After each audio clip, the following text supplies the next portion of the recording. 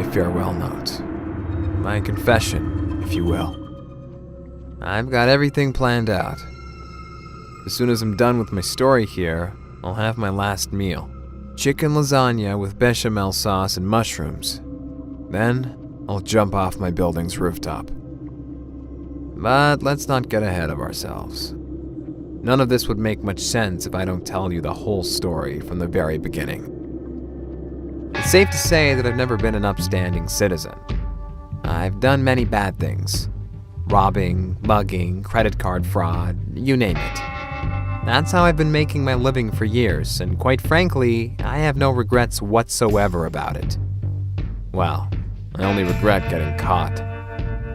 About a year ago, several days before Christmas, I foolishly got myself caught doing a small robbery and got thrown in lockup with a true monster.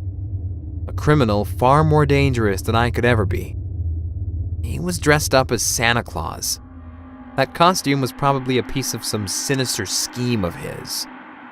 I didn't talk to him. I didn't even look at him. Tried to avoid trouble, but the guards were lazier and sloppier than ever. They left the two of us, locked together, and went away for some sort of pre-Christmas celebration. They just left me with him. And... damn. Even now, I can't force myself to speak up and tell what happened back then. Not even on the edge of death.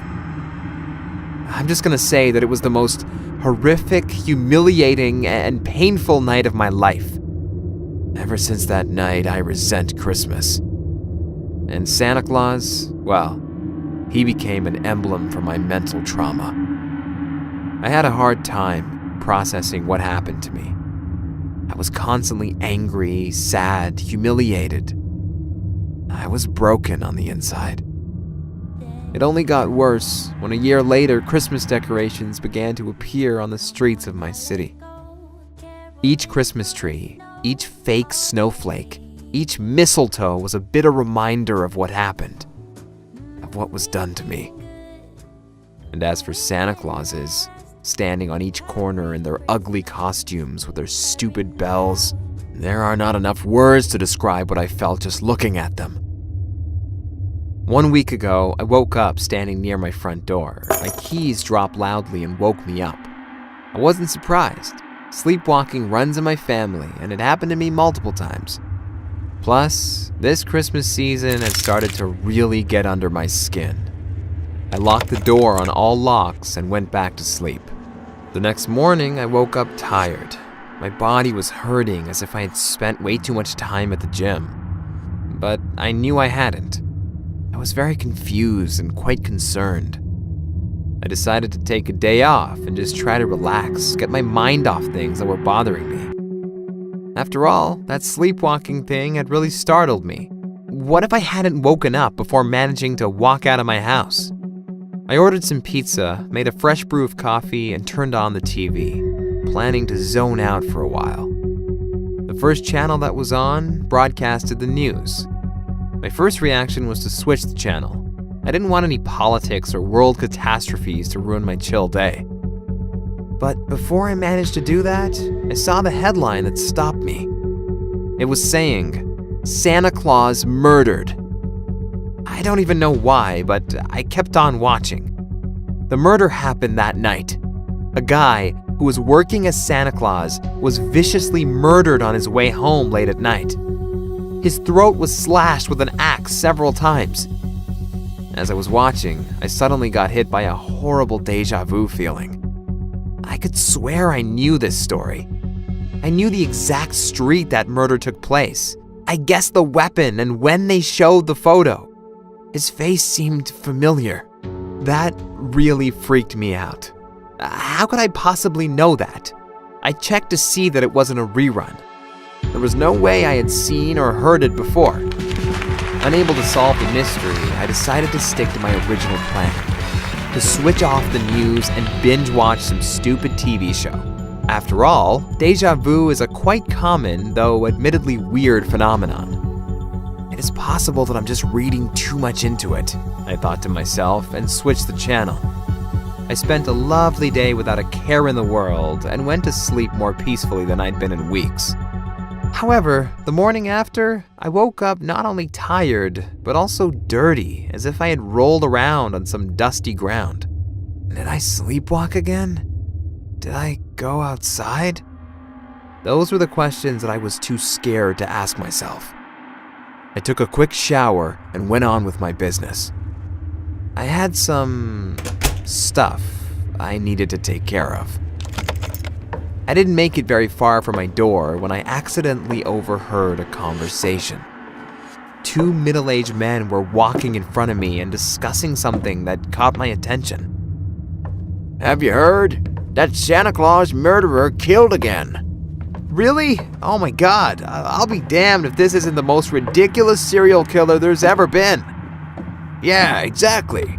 I wonder what poor Santa ever did to that sick freak. Gave him the wrong toy? They both laughed. I froze where I stood. Their words triggered a hideous vision in my head. It was from the first-person point of view, as if it was a memory of mine. I saw a man, dressed as Santa Claus, running away from me. It wasn't the same man that I saw in the news yesterday, but he seemed familiar. And he was scared, very scared.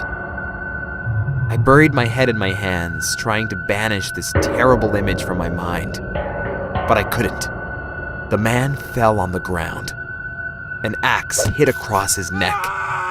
He yelled, and his scream reverberated in my ears. Another hit of the axe, and another one, and another one, until he stopped moving.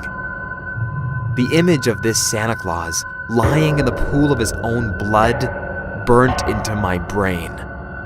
His dead eyes staring at me, his face deformed in a grimace of terror and suffering.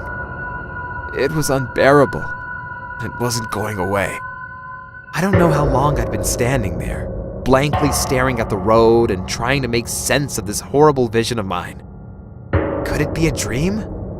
Or, I shuddered a thought, a flashback? I rushed back home and turned on the TV immediately. I found the news and started to watch. Ironically, this time they seemed to be reluctant to talk about anything but economics and international politics. I waited for a while until finally they touched on the piece of news I craved to know more about. I froze in front of the TV. Santa Claus murderer strikes again. Another professional Santa Claus was viciously murdered at an abandoned square on his way home after a day of work as a holiday entertainer. For more on this, we turn to... I was sitting there, staring blankly at the screen. Just like yesterday, I knew the exact spot, the murder weapon. And as for the man himself, that was the one that I saw in my vision. Now I had no doubts that it was an actual memory. This realization made my skin crawl. I remember I was horrified up to the point where my body couldn't hold it in. I rushed to the toilet and threw up. I was shaking. I was cold. It felt as if my body simply stopped functioning out of fear and severe stress. I tried to prevent myself from sleeping, but as the second day of sleep deprivation went by, I realized that it wasn't such a good idea. I was on the edge of blacking out and falling asleep. So instead, I decided to make sure that if I sleepwalk again, I won't be able to go anywhere outside. I locked my door and barricaded it with all the furniture that I could move. I put handcuffs on myself and hid the key in my bedside table. I sighed with relief. I could never sleepwalk through all of those restraints. It was impossible. I was sure of it. When I woke up the next morning, I saw to my horror that all the furniture was back in its original position, and the door lay wide open. As my eyes slowly came into focus, I looked down at myself, and right beside me was a cold, bloody axe, staining my clothes and sheets. I couldn't hold the scream of horror in. It seemed as if my subconsciousness turned against me, and it was making a point by not hiding the weapon like the nights before. as if it was telling me to sit back and watch it avenge me. Avenge us. I'm not an easily scared man, but this powerless feeling of being unable to control yourself, not knowing what your body will do to you the second you close your eyes, it made me uncontrollably cry from fear. I didn't turn on the TV. I didn't need to. This time I could remember everything that happened quite clear. Me getting the axe hidden in the closet, me going outside, me searching the streets for another victim and finally finding him. He was drunk, barely standing on his feet, unable to even try to run away or protect himself. Didn't stop me. Right now, as I'm sending this message into the internet to tell the world my true story, I haven't been sleeping for 3 days in a row. I've made my decision. I have to end my life before I fall asleep. Because otherwise, I know that I will kill again. And again. And again. Until I'll eventually get caught and sent to prison. And I can't let that happen. So instead, I'll pour myself a glass of wine, taste my delicious lasagna, and pray that I don't black out before I can carry out the sentence of my own making.